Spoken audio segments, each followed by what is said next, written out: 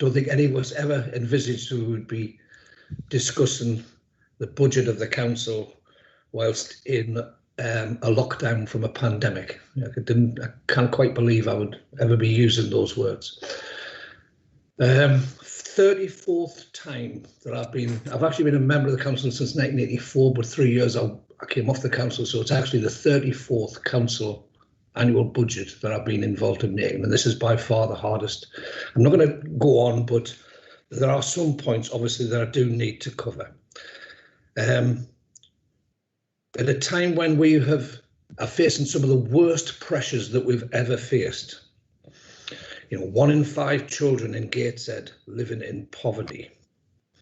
If you look at the figures for our council tax support scheme, £26 million, supporting nearly a quarter of the households in Gateshead with council tax support. Levels of poverty and inequality at the worst levels that we've ever experienced. We're also at the same time experiencing a huge expansion in the demands for adult social care because of the consequences of an increasingly elderly population with complex care needs. We've also seen an explosion in the costs of children's services with an increase because of the increased levels of poverty and inequality and deprivation, with families struggling under stress and more looked after children than at any other time. All of those things and the consequences on public health, the dire consequences, not just of this pandemic. So all those things have been going on at a time when, as a consequence of the government's austerity programme, we're having to deal with them with 60% less resources from central government, nearly 60%, 57% reduction in grants from central government. I think I've said in the past that, local authorities talk about their resources being decimated. Well, that's just not true. In the Roman army, as a punishment, they used to drag out 1 in 10. That's what the word decimation means. It was to summarily execute 1 in 10. So in terms of Gateshead's finances, a 60% reduction, we've been decimated times 6. Right? We've been decimated times 6. And the response from the government has been to shift the burden from national taxpayers to local council taxpayers. This year, we're proposing a 4.99% council tax rise. Right, there's a couple of points that we need to cover in proposing that rise. First and foremost, it's assumed by government that that's what we'll do. In the local government settlement that was provided to the council, the figures were worked out on the basis of an assumption that local authorities would raise their council tax by 2%, and those that are social care providers would use the 3% social care precept. Our medium-term financial strategy identifies that over the next 5 years, we have a gap of £54.8 million, I think it is. And next year, the gap is £18.6 million. Even with that 5% rise in council tax, it goes nowhere near covering the demands for funding. To stand still, to do no more than what we did last year, just to cover inflationary costs in the increased levels of demand, we need £18.6 million.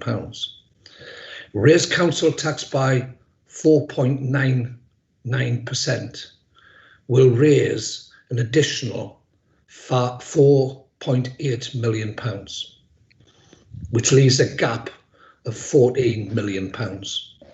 So even by shifting the burden to local council taxpayers,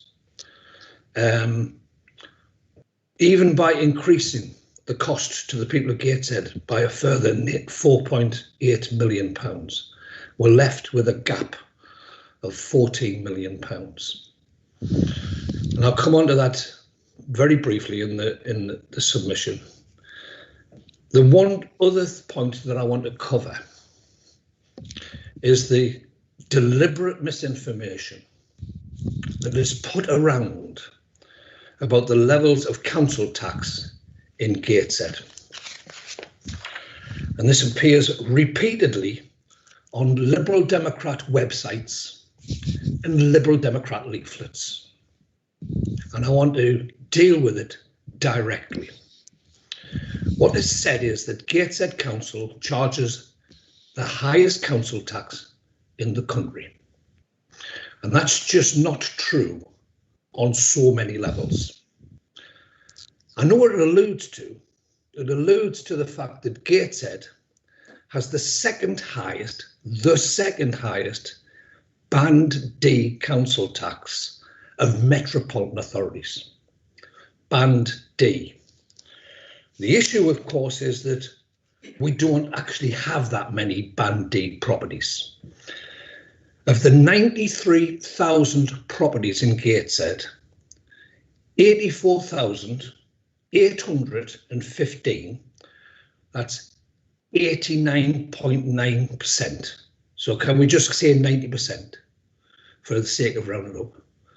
90% of properties in Gateshead are band A, B, or C, i.e. they don't pay Band D council tax. Okay, so what is a more accurate reflection? What is a more honest reflection of the levels of council tax paid by the residents of Gateshead? I think the more appropriate measure is the average paid per dwelling. Okay, the average per dwelling in Gateshead is 1,161.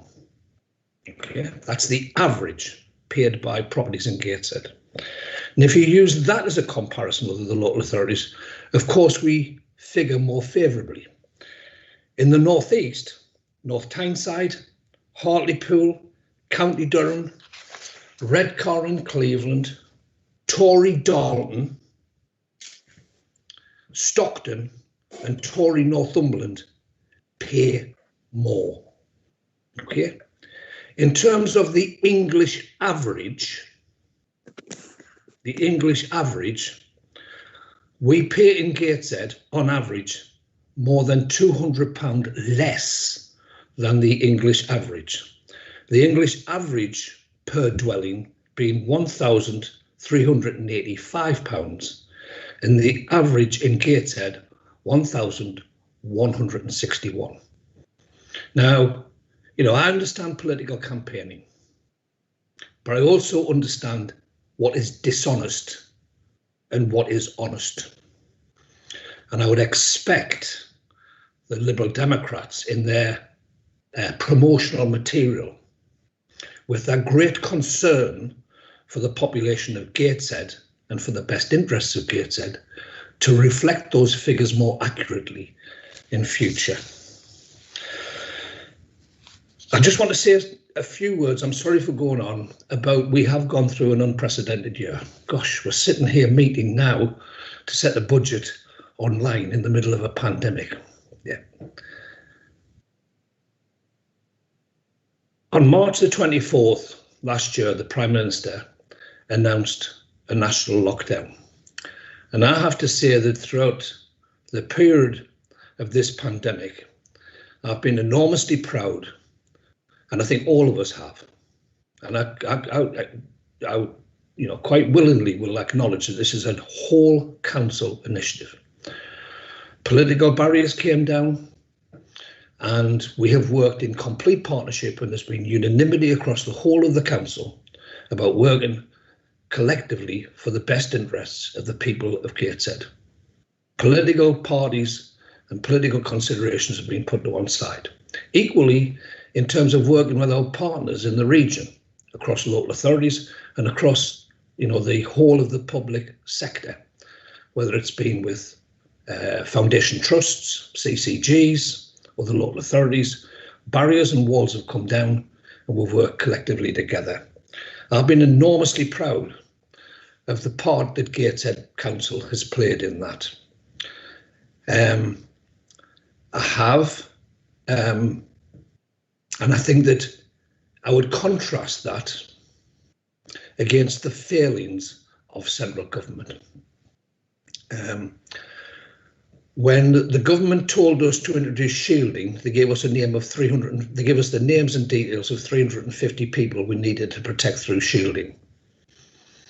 We used our own database and connected with the primary care network and identified, we knew there was more than 350 people vulnerable in Gateshead. And we identified 15,000 people that we needed to reach out and support. When they promised the government to supply us with food to support those people they had identified for shielding, they sent us pallets of banana flavoured Angel Delight and dried noodles. Great if you like banana flavoured Angel Delight without milk, but it was hardly a balanced diet to provide for the people of Gateshead. So we had to go out and procure and support all the way through that process. PPE at the beginning of the pandemic, it just simply remains a fact that there were more shields, protective shields, produced by our schools, by our libraries, and by businesses in Gateshead to supply to the NHS than we ever got through the national system. We produced more ourselves than we came through the national system. In May last year, I, with the support of colleagues in the council, led the call that test, track and trace should be devolved to local care partnerships. In national media on Radio 4, and we also, Gateshead was highlighted as leading this call in the Observer newspaper. And I still remain convinced. I mean, the government chose to ignore those calls and spent £12 billion on the test, track and trace system, the world-class system, which was meant to be introduced last July, which still doesn't work effectively. And I remain convinced now that when, at the end of the first lockdown, when we were dealing with a handful of cases, if responsibility for test, track and trace had been devolved to local authorities and care and our partners, local people who speak the same language, who know the pubs that people go into, who can go and knock on people's doors, they call it shoe leather work, go and knocking on doors. If we'd been given responsibility for doing that in July, at the end of the first lockdown, there wouldn't have been a second lockdown and there wouldn't have been a current lockdown. And the subsequent deaths that resulted as a consequence of that would not have occurred. That's firmly my belief, and I'm quite willing to defend and evidence that position. I mean, I could go on endlessly.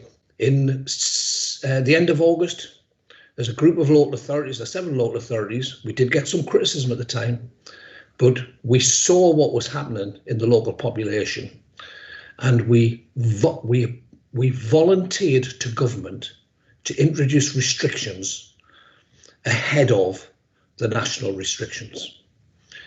And we worked collectively across the 7 authorities to coordinate our messaging and to coordinate our support. And again, that was highlighted when the second lockdown occurred, when the chief medical officer pointed out in the national broadcast that the only region of the country that had managed to turn the tide of infection was the northeast of England. And as a consequence of those actions, again, I believe we saved lives. So I just want to put on record, and it's, again, I would say we've had support across the whole of the council. It's been a collective action. It's been collective across all of the 7 local authorities, regardless of political direction. because we have Northumberland County Council, which is Conservative controlled, and they've been very strongly part of that partnership, put on record, I think, the magnificent effort of the people of Gateshead and the support of the partnership. One last point: vaccinations, right, just remains a fact, despite threats of restrictions of supply of vaccine, that the northeast of England, because of the strength of our public health partnership, is the best region in the country in the vaccination rollout programme. And Gateshead is the best in the northeast. Again, I think something we can be enormously proud of. Can I just move on very quickly, sorry, to cover the issues of this year's budget, okay? The budget is built around our principles, the principles of this council, political principles, and I think that I would hope political principles that supported across the council. We've debated them, we've held seminars, we've had discussions, and I think that everyone has agreed what the political principles of this council are. It's to tackle poverty and inequality, and to give our families the ability to thrive. That's the political objective that we've set ourselves as a council, and to target our support to those who are most in need. And we've done that by identifying 5 key areas, and that means releasing resources from less priority areas and putting them into the greater priority areas. We've identified the local economy, so we want to protect jobs and increase the quality and number of jobs available to the people of Gateshead, raise the income of the people of Gateshead, projects such as Gateshead Quays, but there are many others, right? So that's been our top priority. Health and housing. Again, building houses provides employment and secures growth in the economy, but it also improves public health. I don't think it was any accident that in the 1945 government, when they created the National Health Service, that Nye Bevan was the Minister of Health and Housing, because providing people with good quality housing is one of the essential prerequisites to good health. Tackling poverty and inequality, which I've already covered. Climate change. As a council, we have agreed, we've passed unanimous resolutions that tackling climate change is a political priority for this council. I'm not going to rehearse those arguments. We've been through the debate, so therefore the budget is keyed towards making that commitment a reality. And finally, transport, which is, again, we've identified that transport is essential to improving the quality of our people's lives, but it's also about economic recovery and about assisting in the process of climate, providing good quality transport and giving people the opportunity to access environmentally suitable, sustainable alternative means of transport. So it's a clear political agenda that the budget is targeted towards. And that's why in this budget, despite the gap that we faced, we've managed to include growth areas. Okay, so that's about, a bit blunt about it, we've had to put forward saving proposals in other areas. We've had to increase council tax to narrow the gap, but we've had to find the resources to commit to key political areas. There is an additional £250,000 new money growth, which has been identified and has gone into this budget to support the development of our locality hubs, which are supporting vulnerable people, not just through this pandemic, but will do into the future. We've also managed to identify an additional £405,000 to support the economy and the development of quality jobs in the local economy, supporting people into training, supporting people back to work, turning people's lives around, not constantly providing them with handouts, but providing them with a way out of poverty. We've managed to secure £300,000 to improve customer care experience. That's about modernising the council, making it easier and more efficient for people to get access to our council services through an additional £300,000. We've also identified £146,000 new growth, which is about digital, a new IT action plan, which is again linked towards improving customer experience. We've also identified, I think it's incredibly important, you know, even in these incredibly difficult times, we've managed to identify an additional and allocate an additional £800,000, just short of £1 million, to children's services. That's to some extent dealing with increased demand rather than an improvement in service, but we've had to secure that £800,000 to put into support children's services.